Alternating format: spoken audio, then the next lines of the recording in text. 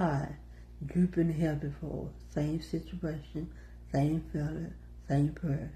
And you're standing there thinking, God, don't we already do this? Maybe it's a relationship pattern you thought you broke. Maybe it's anxiety you thought you conquered.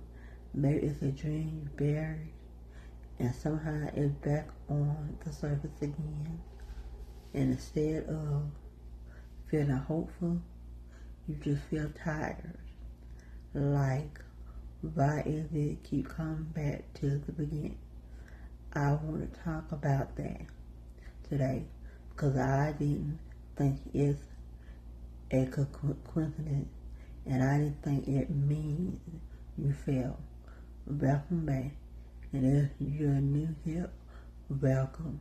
This channel is about faith and mental health and how the two are more connected than we sometimes realize. This is the start of a new series called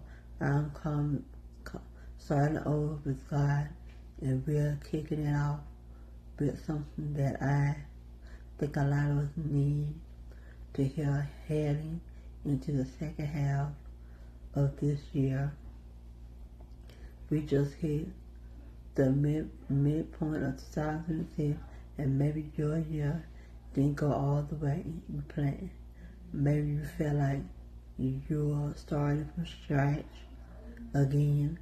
This series is for you. Let's get into it.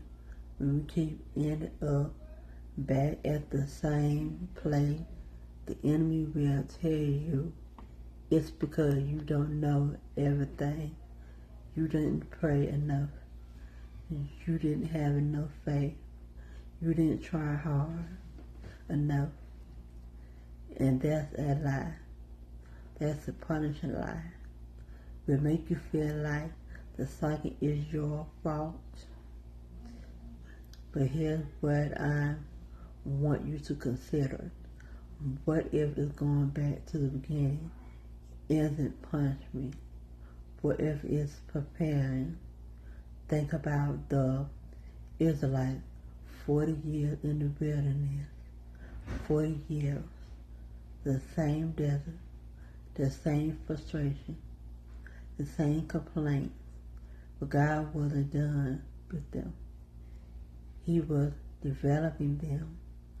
Every time they circled back, something in them was being refined.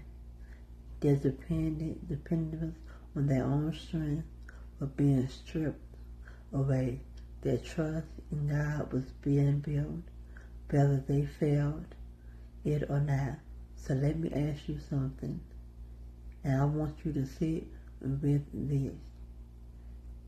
What is God stripping away this time around? Not what did you do wrong. What is He removing that you are still holding onto it? Rewriting in our journals, but real surrendering is uncomfortable because real surrender means releasing your timeline. It means saying, God, I don't understand, but I'm here again. But I trust that you do. That's not weakness. That's one of the hardest things a person can do. Here's what I've learned. Surrendering is not a one-time event. It's a daily practice. And sometimes it's a moment-by-moment practice. Some days I surrender like closing the browser tab with the compromised account. Some days it's like not sending the text. Some days it looks like lying on the floor in your living room at 11 p.m. saying, God, I literally cannot figure this out, and I need you. That counts. That is surrender. And here's the thing about being brought back to the beginning. God often takes us back because the first time we tried to do it on our own strength, we could run ahead of him. We made the plan and asked him to bless us, going back to his way of saying, this time let me lead. Isaiah 43:19 says, see, I am doing a new thing, that it springs up. Do not perceive. Do you not perceive it? God is asking, can you see what I'm doing? Not, did you understand it? Not, are you comfortable with it? Just as you can see it. New seasons don't always look new at first. Sometimes they look less like ending life, being back in square one. But square one with God is not the same thing as square one without Him. You are not you're not the same person you were the last time you were here. You have more wisdom, more experience, more evidence of His faithfulness. Even when it's hard to see in the moment, the beginning of a new season always feels like an ending. That's the part nobody talks about. We celebrate new seasons when they look like promotion and open door, but sometimes a new season starts with the closed door. A lost, a quiet, a waiting room, and God says, I'm doing a new thing. Do you trust me enough to look for it? In closing, so if you were in the season right now where it feels like you're starting over, I want to leave you with this.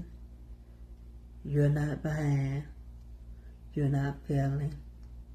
You're being positioned. The fact that you're still here, still seeking, still willing to show up, that matters to God.